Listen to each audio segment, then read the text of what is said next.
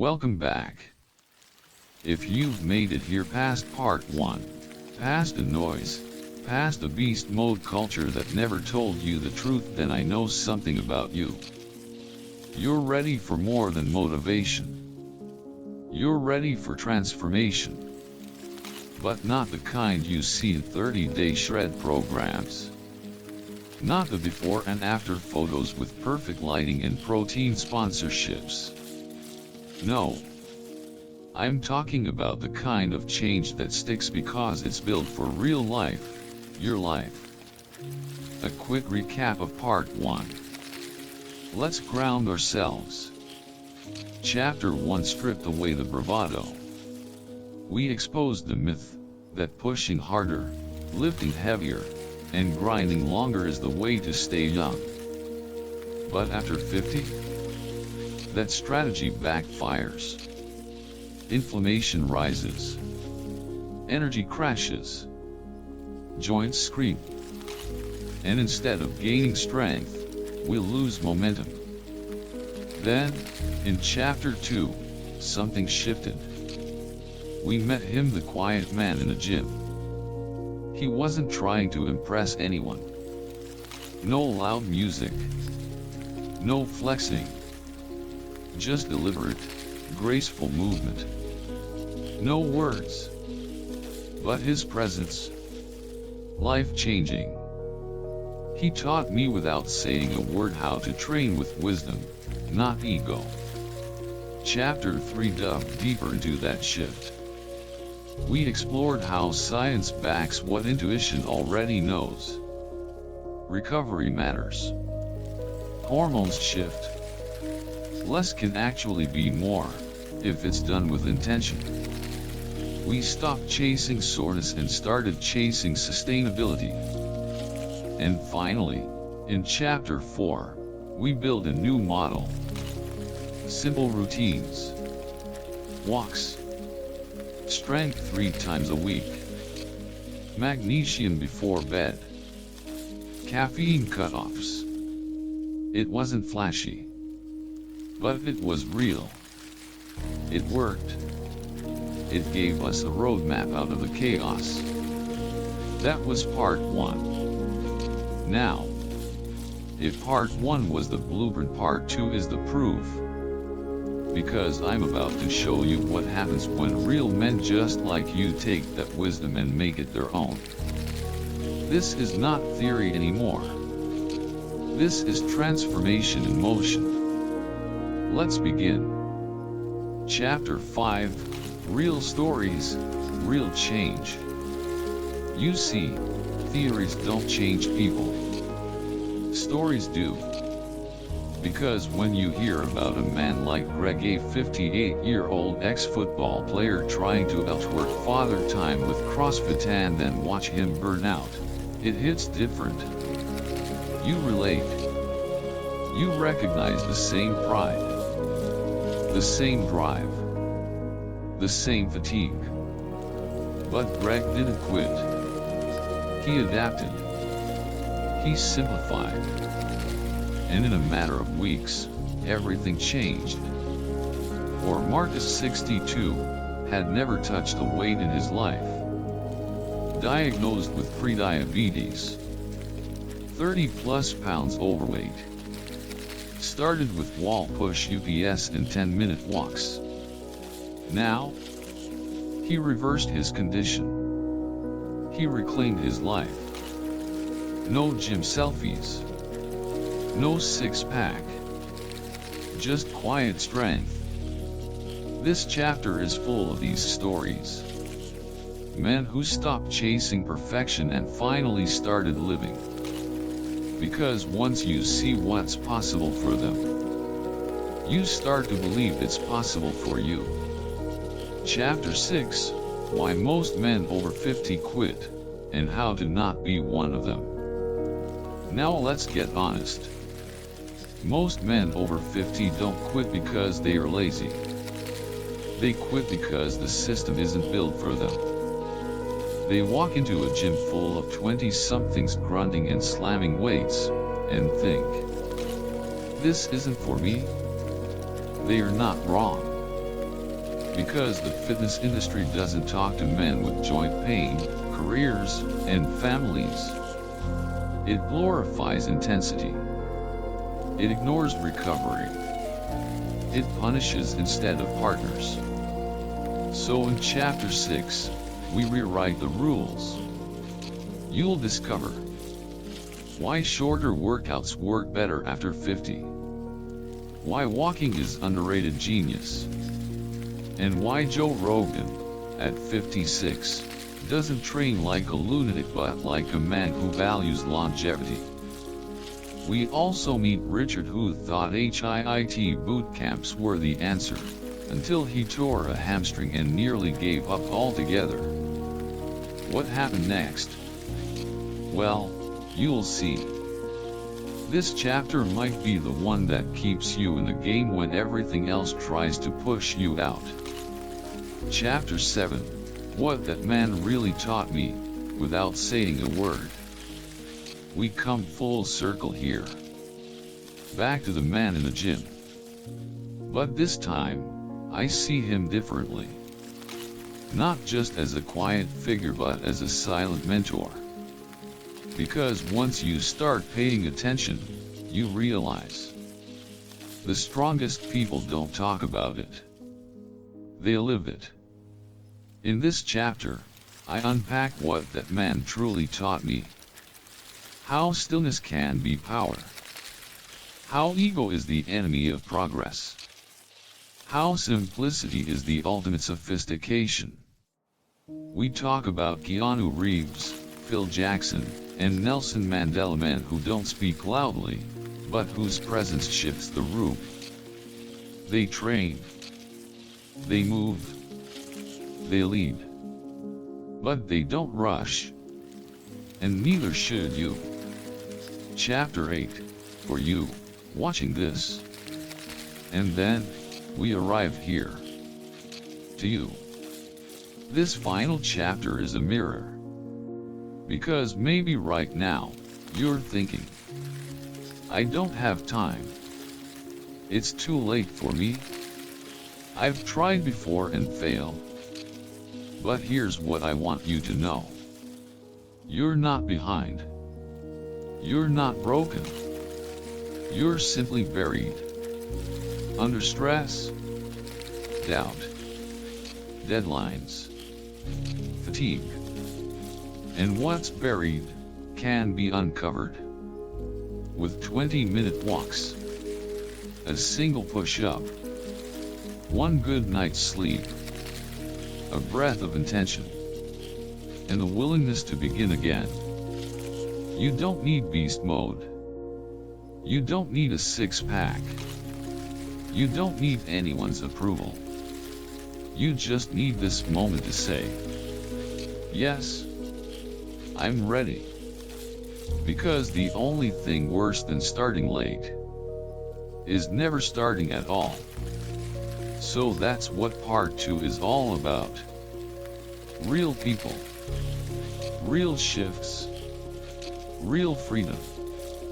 And maybe, just maybe, it's the part where you stop watching a transformation and start living your own. Let's begin. Chapter 5, Real Stories, Real Change. Theories don't change people. Stories do. Because when you hear a story about someone just like you, with the same struggles, same questions, same battles, you don't just learn something, you feel it. You see yourself in their journey. You begin to believe, if they can change, maybe I can too. So let me introduce you to a few men who did exactly that. Greg, 58, the man who tried to outlive time. Greg is a proud father of 3, successful business consultant, and former college linebacker. He still carried that alpha mentality: work hard, train hard, never slow down. When he first came to me, he was frustrated. I don't get it, he said. I've been doing CrossFit with my son 5 days a week. But I feel worse, not better. Worse how? His shoulders were inflamed, rotator cuff tendonitis flared up every time he overhead pressed. He couldn't sleep. His cortisol was chronically elevated, leading to shallow rest, night sweats, and morning fatigue.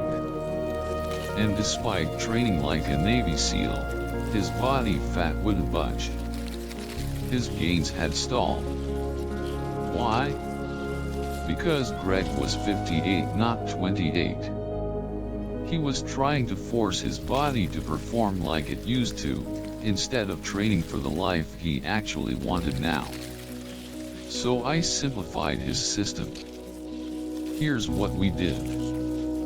3 structured workouts per week, push/pull/legs. Daily 30-minute morning walks. Cut caffeine after 1 p.m. Tracked sleep with a hoop band and added magnesium and breath work before bed. And the results? Lost 8 pounds of body fat. Reported improved libido. Felt sharper at work than he had in years. Said, "My wife keeps asking what I'm doing differently. I feel alive again." What Greg learned was this. Slowing down didn't mean I was giving up. It meant I was finally doing it right. Marcus, 62, the man who had never lifted in his life. Then there's Marcus. At 62, he had never touched a barbell. He was a retired school principal, 30+ lbs overweight, and recently diagnosed with prediabetes. He came to me not for aesthetics but out of fear. His father died at 66 of a heart attack. His older brother had a stroke at 58.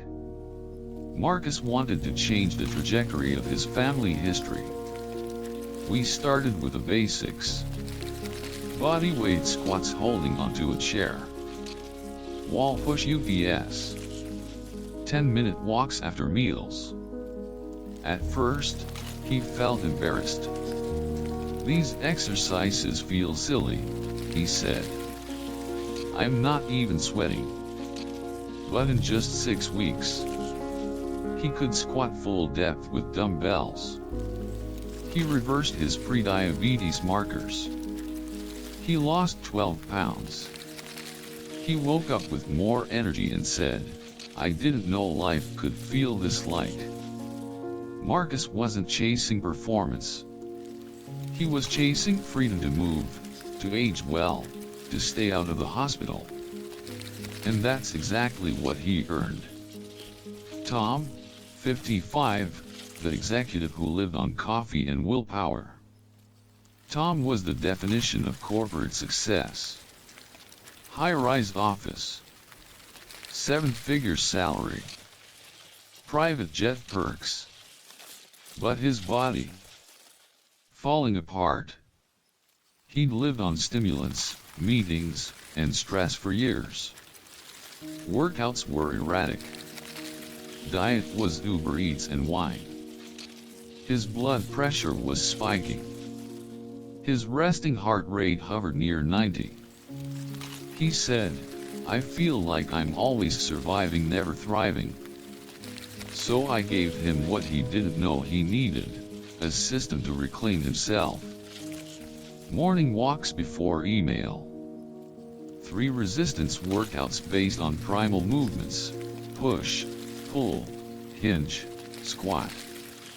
Omega-3s and ashwagandha for stress.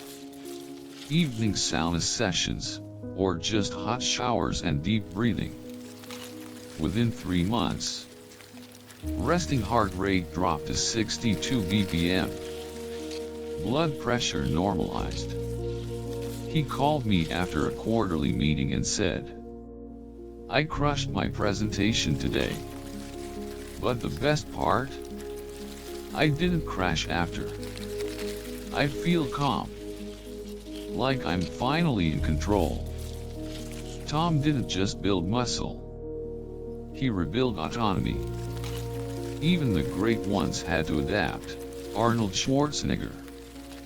Let's step into the world of someone you know, Arnold Schwarzenegger. The Terminator. Mr. Olympia. Governor of California. Arnold once trained with a vengeance: 2 days, high volume, brutal intensity. He built an empire of strength and charisma through relentless work. But even Arnold had to pivot. Today, in his 70s, Arnold trains 3 days a week, mostly machines, focused on longevity, joint preservation, mobility. He's spoken openly about how ego lifting in later years is a recipe for surgeries and regret. In his newsletter, he wrote, "I focus on feeling good, moving well, and making sure I can still do the things I love without pain. Even the greatest adjust. So why shouldn't we?" David, 67, the veteran who thought it was too late. David was a Vietnam veteran. Stoic, tough, and deeply skeptical of modern fitness. He believed aging was just decline. His knees hurt, his balance was poor, and he hadn't exercised in over a decade. But his granddaughter was born and he made a vow. "I want to dance at her wedding." That became our North Star. We didn't start with weights. We started with getting off the ground unassisted. Then walking up one flight of stairs without holding the rail. Then kettlebell carries. Then body weight lunges.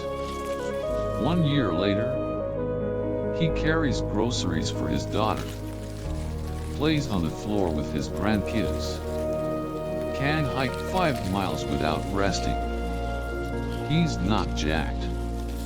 He's alive. He's present. He's free. And his granddaughter, she now has a dance partner for life. Michael Jordan, knowing when to transition. Let's zoom out one more time. Think about Michael Jordan, the greatest to ever play the game. Unstoppable in his prime. Obsessed with domination. But what made MJ immortal wasn't just talent, it was his willingness to evolve. Early career, athleticism, dunks, speed. Later career, footwork, fadeaways, game IQ. He simplified as he aged. He became more efficient, more strategic, more powerful through precision. Your body, like MJ's, can still dominate. But the method must change. Real change happens when you stop chasing perfection. Here's the thread that connects every story above. Simplicity, discipline, identity shift. These men stop measuring success by calories burned, sets completed, numbers on a barbell, and started measuring energy during the day, sleep quality, mood, libido, joint health, the ability to say yes to life. They learned what I hope you're realizing now. The point isn't to outwork time. The point is to train with it and age like an asset. Chapter 6, Why Most Men Over 50 Quit, and How to Not Be One of Them. The biggest reason men over 50 quit the gym isn't laziness. It's not because they are weak, or soft, or just too old. It's discouragement. They walk into a gym full of 20-somethings wearing stringer tanks, blasting playlists, slamming weights, and feel completely out of place. They look at fitness magazines, YouTube influencers, and 30-day shred programs and think, If this is what it takes, maybe this just isn't for me. And you know what? They are not wrong to feel that way. The lie most men over 50 are sold. The modern fitness industry doesn't cater to wisdom. It glorifies volume, intensity, no pain, no gain. It sells results at the cost of sustainability. Most of the top content online is written by 25-year-olds with endless testosterone, promoted by influencers with genetics, supplements, and all the time in the world. Rooted in aesthetics, not functionality, or quality of life. So what happens? Men over 50 try to play by those rules.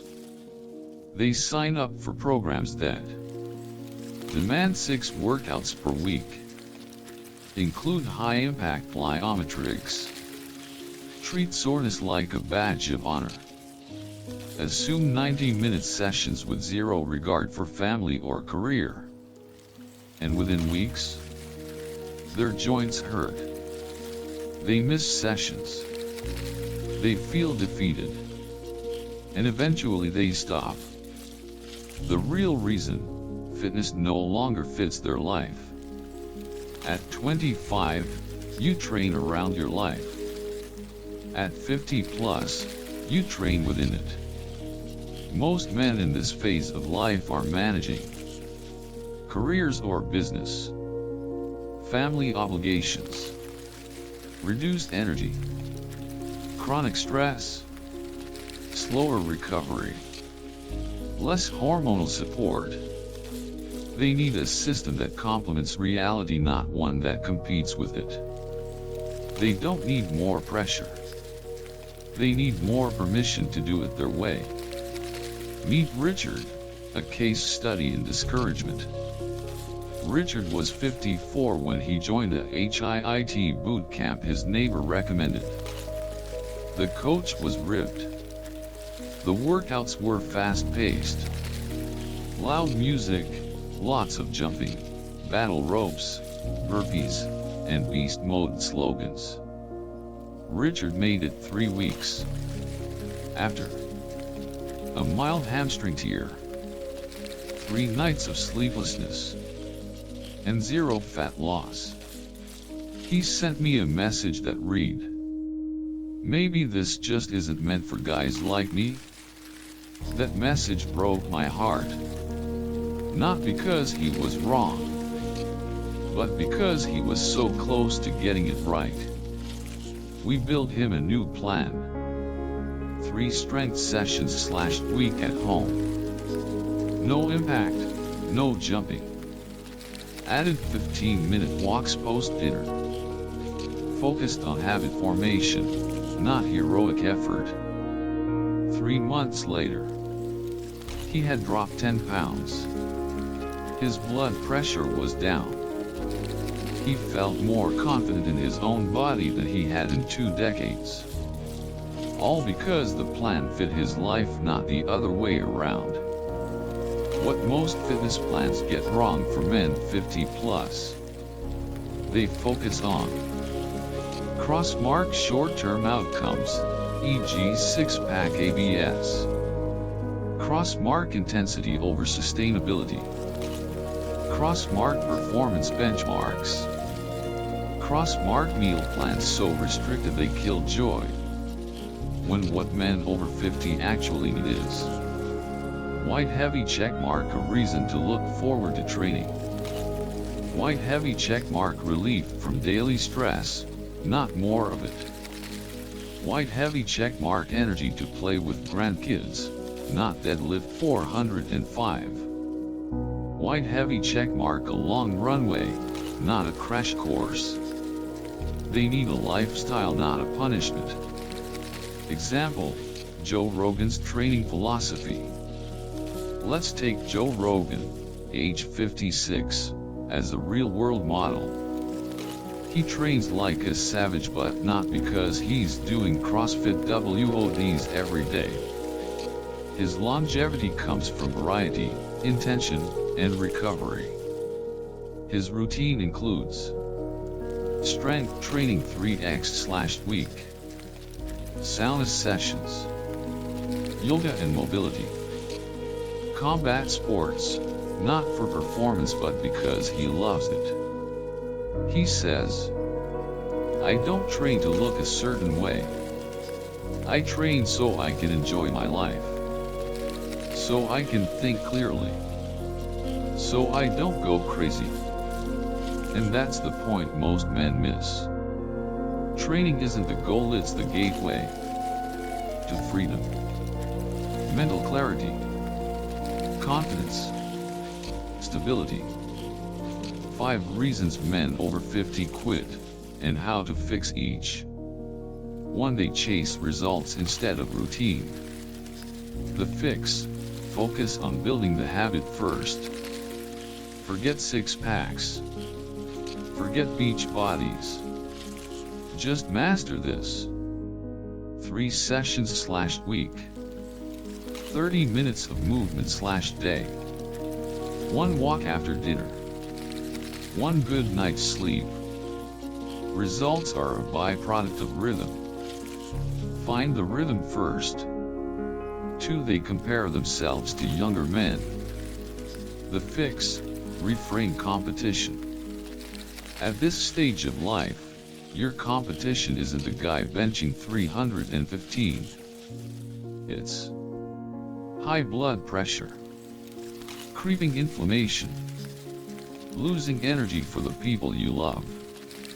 The new flex: feeling good in the morning, getting off the floor with ease, sleeping like a rock. That's power. 3. They don't know how to modify. The fix: learn regressions, not just progressions. If you can't squat pain-free, use a box. Can't do push-ups? Start on the wall. Mobility sucks? Walk, stretch, or swim. Fitness isn't pass/fail. It's adapt and grow. 4. They don't have a why. The fix: anchor your purpose. Don't just train for aesthetics. Train so you can pick up your grandkids, hike on vacation, sleep better, avoid medication, lead your family by example. When your why is strong, the how gets easier. 5. They try to do it alone. The fix: get a tribe or at least a guide. Join a small men's group. Hire a coach. Find a buddy. Even Barack Obama has a personal trainer. Because accountability works. This journey doesn't have to be lonely. In fact, it shouldn't be. The new measure of fitness over 50. It's not 6-pack ABS. It's not your bench press PR. It's not your mile time. It's this: do you wake up with energy?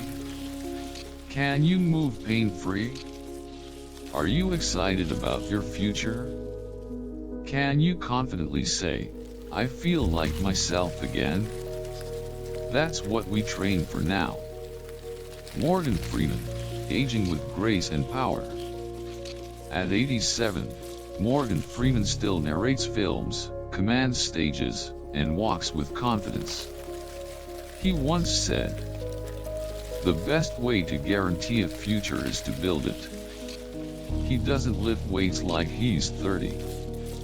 He moves with intention, eats with mindfulness, respects his rest, and most of all, he stayed in the game. How to stay in the game? 2. Simplify the plan. Detach from aesthetics. Connect to purpose. Adapt to real life. Surround yourself with encouragement. Don't quit because the path was wrong. Build one that works. Because the only thing worse than starting too late Is quitting too soon? Chapter 7. What that man really taught me, without saying a word. We often think wisdom comes in the form of words, books, lectures, gurus, podcasts. But sometimes the most powerful lesson you'll ever receive is delivered in silence. That's what happened the day I saw him. The nameless man in the gym. Older. Quiet. Strong. He wasn't extraordinary by social media standards, but in real life, he was magnetic. He didn't say a word. He didn't need to. His body language spoke volumes. His presence had gravity. And in 30 minutes, without ever acknowledging me, he handed me a gift I didn't know I needed. You don't have to fight age. You can flow with it. Until that moment, I had been doing everything in my power to resist aging. I saw every new gray hair as a threat. Every joint ache as an attack. Every birthday as a countdown. So I fought back. Harder workouts. Heavier loads. More supplements. Less rest. But the more I fought, the more life fought back. Then I saw him, and it was like watching someone surf a wave I had been trying to punch through. He wasn't fighting time. He was riding it. And suddenly it hit me. Maybe aging isn't the enemy. Maybe my resistance is. The power of training without ego. That man didn't strut. He didn't flex. He didn't check the mirror. He didn't wear flashy gear or film his workout. He just moved slow, deliberate, precise. Purpose, not pride. Intention, not ego. And I realized, that's the real flex. Not looking strong, but being strong quietly, consistently, without needing applause. It reminded me of Keanu Reeves. He's an A-list action star, yet he rides the subway, lives simply, trains martial arts not for fame but for mastery. He moves through the world like a man who's done his inner work. That's what this nameless man was modeling. A man who had nothing left to prove, only something left to preserve. The missing piece no fitness program teaches. I've followed world-class coaches. I've read endless books on hypertrophy, strength periodization, VO2 max. But none of them taught me this. There's a kind of strength that comes from being still inside. That man's training had rhythm, harmony, calmness. He wasn't rushing through sets. He wasn't chasing a pump. He was tuned into his breath, his form, his flow. It wasn't a workout. It was a conversation with his body. And I had been treating mine like an opponent. No wonder I was always exhausted. No wonder I was injured. No wonder I wasn't happy despite looking fit. Phil Jackson's coaching philosophy, winning through presence. The moment reminded me of how Phil Jackson, coach of 11 NBA championships, led teams filled with ego and fire, including Michael Jordan and Kobe Bryant. He didn't push them harder. He didn't scream in huddles. He taught mindfulness. He had his players meditate. He gave them Taoist texts. He encouraged stillness. Because he knew, when athletes find presence, they find power. This man in the gym was training like a Zen master, each rep a breath, each movement a form of prayer. He wasn't chasing fitness. He was embodying peace. And that shook me. Why slow isn't weak, it's wisdom. He moved slowly. I used to mock that. I thought slowness was a sign of decline, that it meant weakness or fear. But now I understand.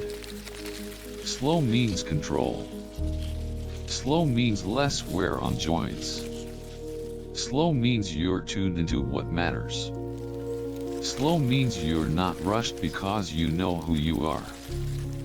Think of Nelson Mandela.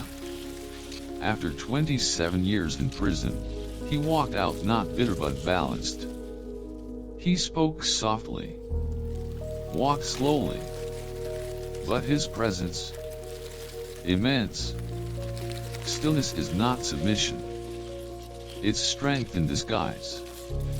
That man in the gym taught me that with every quiet rep, simplicity is the highest form of sophistication.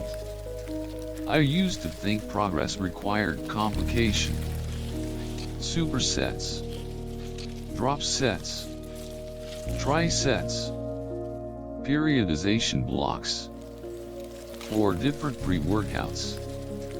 But the more advanced I got, the more I saw. Simplicity is what survives. That man didn't have an app tracking his session. He didn't log every gram of carbs. He didn't do 6 variations of the same exercise. He did a few movements perfectly, and he left. That was it.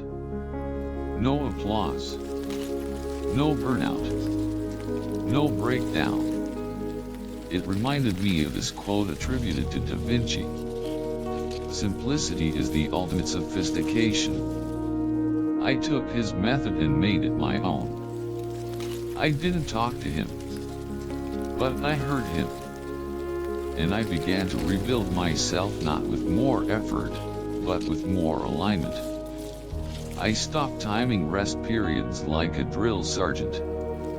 I slowed my reps.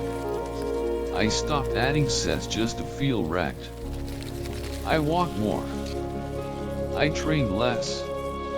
I slept deeper. I began enjoying the process again. This was no longer about chasing youth.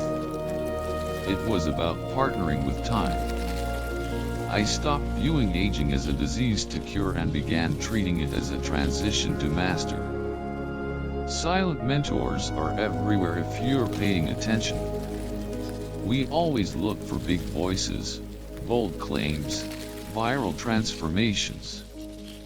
But what if the greatest guidance you'll ever receive comes from a man lifting with grace in the corner of your gym? A neighbor who walks every morning without fail? A coworker who quietly dropped 40 pounds without ever talking about it? What if we stopped chasing noise and started watching truth? Because those people, they are living what most are still trying to prove. He didn't teach me to train, he taught me to be. That man didn't just teach me how to train at 50 plus. He reminded me that I don't have to compete to grow. That presence is more powerful than pressure. That slowing down can be a form of moving forward. That the best version of me isn't bigger, it's calmer, clearer, wiser. He never said a word, but he gave me a new vocabulary for how to live. And I've been translating that into every rep, every breath, every day since. Chapter 8, for you, watching this. If you're watching this and thinking, but I don't have time, it's too late for me. I'm not built for this. I've tried before and failed. Let me be clear. You are not too far gone. You are not behind. You are not broken. You are simply buried under obligations, doubt, exhaustion, maybe even shame. But what's buried can be uncovered. And the first tool you'll need Not motivation. Not a new gym membership. It's a decision. The lies we tell ourselves after 50. Somewhere around midlife, most men start shrinking not in muscle, but in mindset. We start buying into quiet lies like, my best days are behind me. My body just doesn't respond anymore. This is just how it is now. I'll get to it when things settle down. But the truth is, age isn't the problem. Apathy is. You've spent decades showing up for others, your family, your career, your community. Now it's time to show up for yourself. And you don't need to overhaul your life to do it. You just need to begin again small. What 20 minutes a day can do. Let's get practical. If you took 20 minutes a day for the next 30 days and simply walked, did a few push-ups, stretched, tracked sleep, here's what might happen. Better digestion, lower resting heart rate, deeper sleep, improved mood, a sense of pride you forgot was possible. Sound too small? That's what compound growth feels like at first, invisible. But small hinges swing big doors. And consistency compounds. Just ask Jeff Bezos, who famously said, most overnight successes take about 10 years. You don't need to become a new man. You just need to return to who you really are without all the noise. Beneath the layers of stress, gut fat, shallow sleep, and self-doubt is a man who used to compete, used to move freely, used to dream boldly, still wants to feel proud in the mirror. That man is still in there. He just needs a nudge, not a new identity. You don't need to transform overnight. You need to reconnect with movement, with breath, with agency. What about time? Let's break that excuse.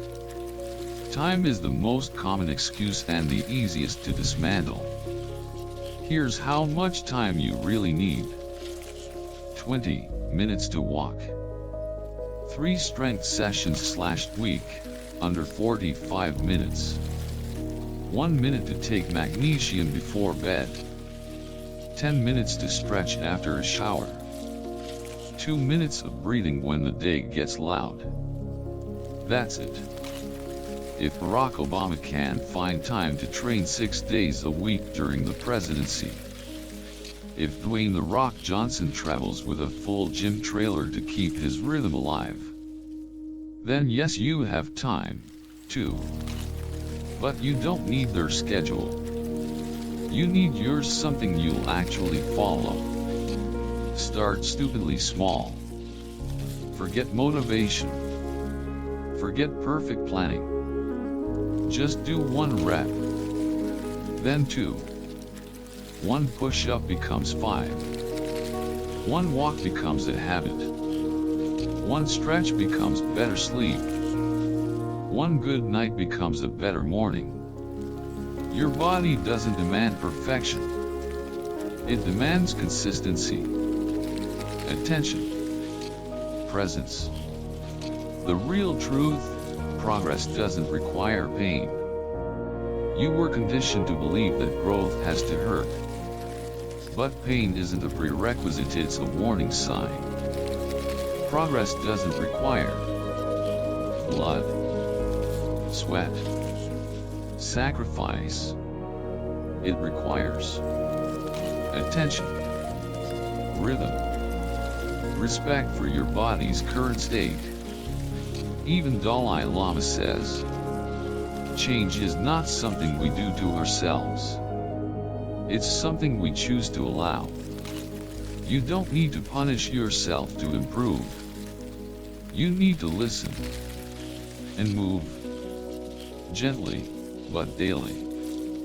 Are you waiting for rock bottom? Don't.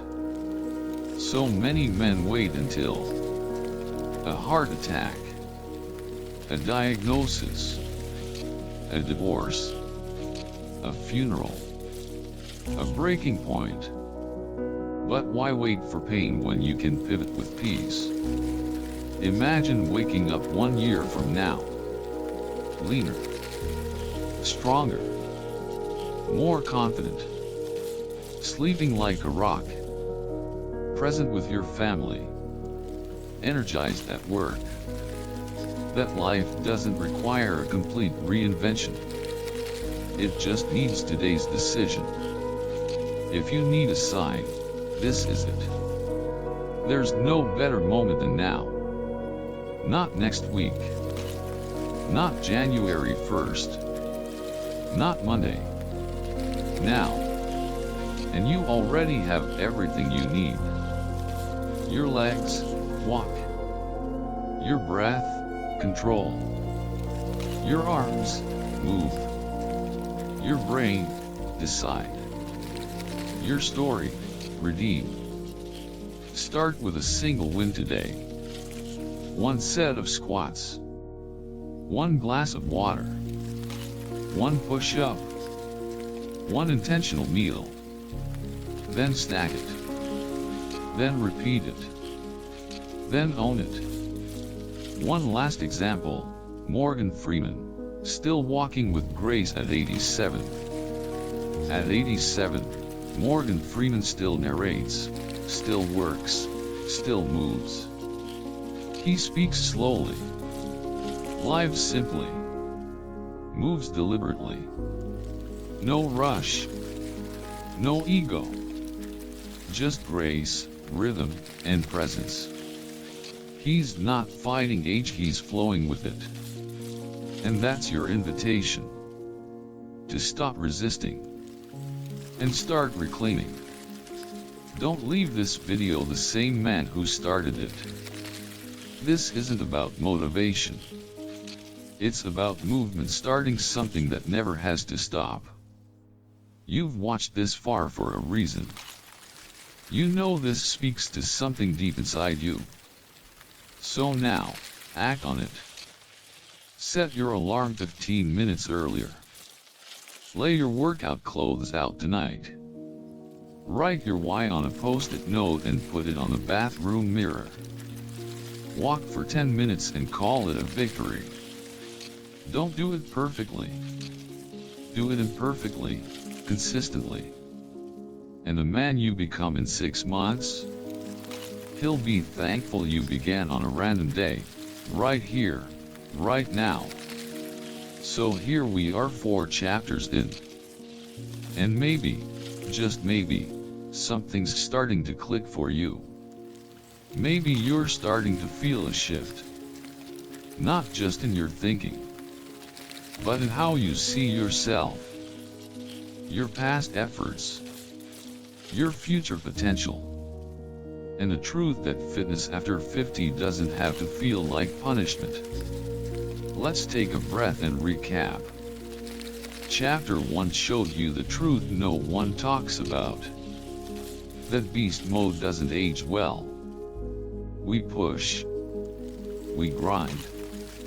We try to outlive Father Time. But in the process, we trade strength for soreness. And pride for pain. I lived that path. And it broke me. Then came chapter 2, and him. The quiet man in a gym. No ego. No chaos. Just calm, focused, sustainable movement. He didn't speak a single word to me. But his presence, it said everything. He trained with purpose. He left with peace. And in that moment, I realized, maybe I was doing it all wrong. Chapter 3 was where the shift began. From burnout to clarity. From inflammation to intention. From how much can I lift, to how long can I live and move without pain. That's where I introduce the science, the data, the real reasons why less can truly be more, if done with precision. Because biology after 50 is different. Hormones change, recovery slows, but adaptation, that's still available to you, if you're willing to adapt the way you train. And then, in chapter 4, I laid it out. My new rhythm, my new routine. Simple, clear, no fluff. Walks for clarity. Strength sessions 3 times a week. Whole foods, good sleep, real recovery. Not punishment, but partnership with my body. No more chasing PRS. No more proving anything. Just showing up, with presence and purpose. Maybe that sounds too easy. But here's the truth. Simplicity is not weakness. It's wisdom burned through pain. And now, what's next? You might be thinking, okay, I get it. Go slower. Train smarter. Be consistent. That's cool. But here's the thing. Knowing what to do and actually doing it, those are two different worlds. That's why in video 2, we take things deeper. Because transformation doesn't happen in theory. It happens in practice. In the next part, you'll meet real people, just like you, who made the shift. Like Greg, 58, who tried to outwork aging with his son's brutal CrossFit routine. 2 months later, he was injured, exhausted, and going nowhere. Until he changed course. And what happened next? You'll want to hear it, because it might be the story you're living right now. We'll also explore why so many men quit after 50, and how to make sure you're not one of them. The quiet lesson that nameless man taught me, and how it rewired my entire philosophy. And most importantly, how to start your own transformation, no matter your age, pain history, or where you're starting from. Because here's the truth. You're not too late.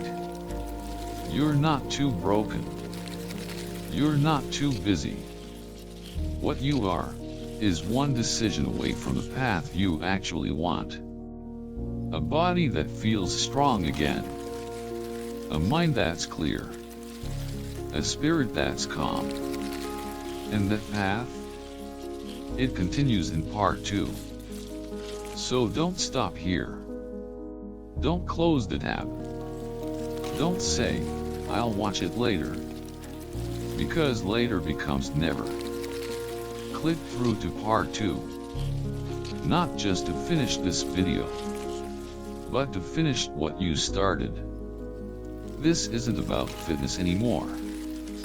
It's about freedom. And freedom? That's what the next 4 chapters are all about. So, here we are. 8 chapters. 2 videos. And maybe for the first time in years something inside you feels different. Not hyped. Not overwhelmed. Just quietly, powerfully awake. Let's take one final walk through the journey we've shared. Chapter 1 reminded you of the cost of beast mode. The obsession with intensity. The pride in pain. The idea that more is always better. But we saw what that mindset really delivers. Injury. Fatigue. Burnout.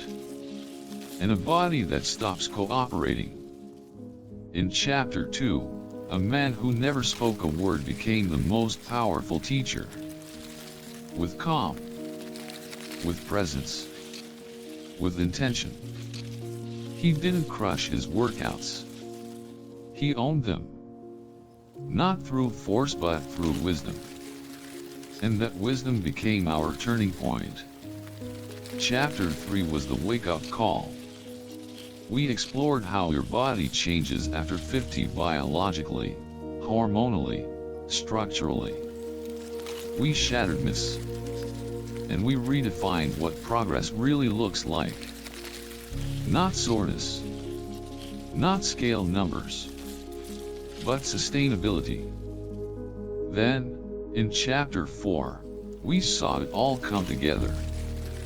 A routine not built on punishment, but partnership. Walks. Strength. Sleep. Stillness. Less chaos, more clarity. You didn't just learn what to do. You started to believe you could actually do it. That was part 1. But then came part 2 and everything got real. Chapter 5 brought the proof. Men like Greg and Marcus. Ordinary guys who made extraordinary change by doing the simple things, consistently. They dropped fat, gained energy, reclaimed joy. Not with 2-hour workouts, but with 30-minute walks and the courage to say, I deserve to feel strong again. In Chapter 6, we address the elephant in the room. Most men don't quit because they are lazy. They quit because they are discouraged. They follow routines built for Instagram, not for real life. And when it doesn't work, they blame themselves. But the truth? You don't need more motivation. You need a plan that respects your life, that fits your schedule, heals your body, and honors the man you are now, not the boy you used to be. Chapter 7 brought us back to stillness, to the man in the gym, to the idea that silence can teach more than shouting ever could. He reminded us that true strength isn't loud. It's quiet, grounded, rooted. He didn't chase goals. He embodied discipline without ego.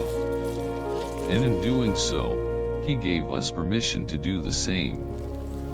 Then, in Chapter 8, we turned the camera around to you, the man watching this, wondering if it's too late, if you've missed your window, if this change is still possible for you. And the answer? Yes. 1,000 times, yes. Because strength isn't about youth. It's about choice. And your next step? It's not a 10K run. It's not a 300-pound squat. It's one walk, one push-up, one decision to treat your body like a partner, not a problem. The real lesson: that you are not your past habits. You are not your injuries. You are not the number on a scale or the year on your birth certificate. You are potential. Still alive.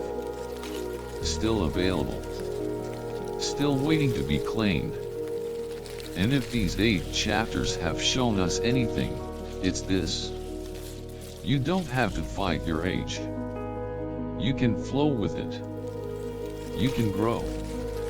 You can heal. You can become stronger, not in spite of being over 50, but because of it. Because now, you've got the wisdom. You've got the clarity.